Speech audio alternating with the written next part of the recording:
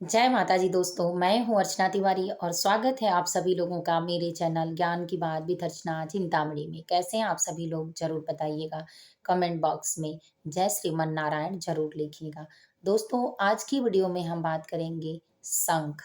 अगर आप भी अपने घर में रखते हैं शंख तो किस तरह से रखते हैं, क्या-क्या होती हैं दिक्कतें। सबसे पहले जानते हैं कि शंख आपके घर में अगर सही तरीके से वास्तु के हिसाब से नहीं रखा है तो आपके घर में उथल-पुथल मची रहेगी। आप हमेशा पारिवारिक रूप से परेशान रहेंगे और आपके घर की सुख, शांति, समृद्धि भंग हो सकती है। तो चलिए कुछ टिप्सों के द्वारा समझते हैं वास्तु के नियम, शंख रखने के नियम, शंख में क्या कैसे करें, सारी चीज़ों को आसानी से जानते हैं। तो दोस्तों इससे पहले आप मेरे चैनल पर नए हैं, पहली बार मेरी वीडियो देख रहे हैं, तो कृपया करके मेरे चैनल को अभी सब्सक्राइब कर लें। अगर मेरी वीडियो आपको पसंद आती है तो लाइक ज़रूर कर लें। तो चलिए दोस्तों जानते हैं शंख। शंख कहा जाता है भगवान विष्णु का वाद्य यंत्र है। यह आपके घर में सकारात्मक शक्ति के साथ, शुद्धता के साथ माता लक्ष्मी का आकर्षण पैदा करता है।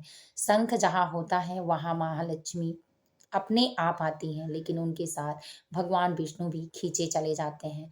कहा जाता है भगवान विष्णु सभी प्राणी जनों के दाता होते हैं।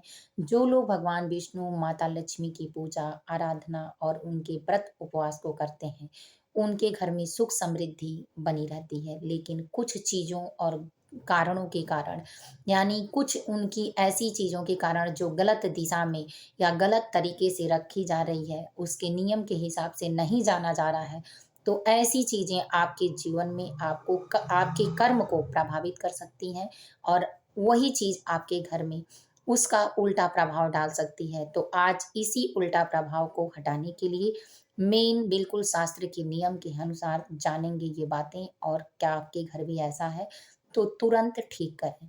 तो इसलिए शंख का होना बेहद लाभदायक होता है घर में। शंख को कैसे रखना चाहिए इससे पहले चलिए जानते हैं। हमारे वीडियो में आप एंड तक बने रहिएगा, वीडियो को पूरा वॉच करिएगा।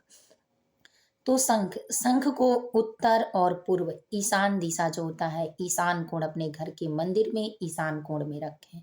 उसके रखने की दिशा पूरब और उत्तर की दिशा होती है, ईशान कोण की दिशा। तो उस जगह पे आप रखते हैं तो आपके समस्त देवी देवता प्रसन्न होते हैं। दूसरा नियम, आप अपने घर के मंदिर में लड्डू गोपाल या भगवान विष्णु की मूर्ति रखते हैं या तस्वीर चित्रपट जो भी रखते हैं, उनके दाहिनी साइड रखें, ना कि बाएं साइड। तीसरा नियम कि शंख को रखते समय आप ये ध्यान दें कि उसका खुला हुआ भाग आसमान की तरफ होना चाहिए और उसके नीचे वाला भाग भगवान विष्णु की तरफ होना चाहिए। चौथा, शंख को कभी भी जमीन पर मत रखें। जमीन पर रखने से भगवान का अनादर होता है, जिससे रुष्ट हो जाते हैं और माता लक्ष्मी आप पर कुपित होकर श्रापित कर देती हैं। तो आप याद रखें कि कभी भी शंख को किसी पात्र में, आसन पर या स्टैंड पर ही रखना चाहिए, कभी भी जमीन पर नहीं रखना चाहिए। चौथा नियम, शंख को कभी गंदे स्थान पर नहीं रखना चाहिए। शंख की पूजा होती है, शंख में भगवान विष्णु का निवास माना जाता है और वहाँ महालक्ष्मी निवास होती है। तो अगर आप गलती से भी गंदी जगह पर रखते हैं तो आपके घर में दरिद्रता एक रूप में भगवान विष्णु की पत्नी है और उनको इस बात का आशीर्वाद है कि जहाँ गंदगी होगी वहाँ दरिद्रता का निवास होगा। तो आपके घर में नकारात्मक शक्तियाँ, नेगेटिव ऊर्जा का प्रचलन हो जाएगा, प्रसार हो जाएगा और वहाँ से माता लक्ष्मी रुष्ट होकर चली जाएँगी। तो आप ये सोचिए कि आपको गंदी जगह पर नहीं रखना है।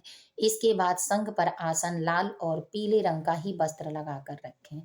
छठवां नियम, शंख में चावल कभी भी मत चढ़ाएँ। शंख पे चावल चढ़ाना बिल्कुल अच्छा नहीं माना जाता है। सातवां नियम, आप शंख को हमेशा बजाने वाले, वैसे घर में 2 शंख होने चाहिए। एक शंख बजाने के लिए और दूसरा कभी ना बजाने वाला, सिर्फ़ भगवान को अर्पित करने के लिए। लेकिन अगर आप उसी शंख को बजाते हैं किसी कारणवश, तो उसको गंगा जल से या जल से साफ-सुथरा धुल कर ही रखना चाहिए। अब जानते हैं 8वां नियम। 8वें नियम में शंख को बजाने के बाद जब आप रखते हैं तो खाली मत रखें। उसमें जल, फूल, चंदन, टीका ज़रूर लगा कर रखें और जल भर कर रखें, जिस जल को अपने घर में सुबह का शाम और शाम का सुबह छिड़काव करें। इससे आपके घर में सकारात्मक शक्तियाँ आती हैं, माता लक्ष्मी आपके घर में निवास करती हैं, आपके घर से दुःख, दरिद्रता हट जाती है, माता की सुख, समृद्धि, श्री रिद्धि, सिद्धि गणेश जी निवास करते हैं। और ऐसे में जहाँ भगवान की कृपा होती है, वहाँ ही सुख समृद्धि माता लक्ष्मी का वास होता है। तो दोस्तों, ये सटीक जानकारी आपको कैसी लगी? अगर पसंद आई हो तो वीडियो को लाइक कर लें, चैनल को सब्सक्राइब कर लें। फिर मिलूँगी एक नए वीडियो में नए ज्ञान के साथ, तब तक वीडियो यहीं एंड करती हूँ। कमेंट बॉक्स में जय श्रीमन नारायण ज़रूर लिखें और नीचे दिया हुआ डिस्क्रिप्शन बॉक्स में सारी चीज़ें आपको लिखी मिलेंगी, वहाँ से भी आप पढ़कर लाभ उठा सकते हैं। तो जय माता जी, हर हर महादेव।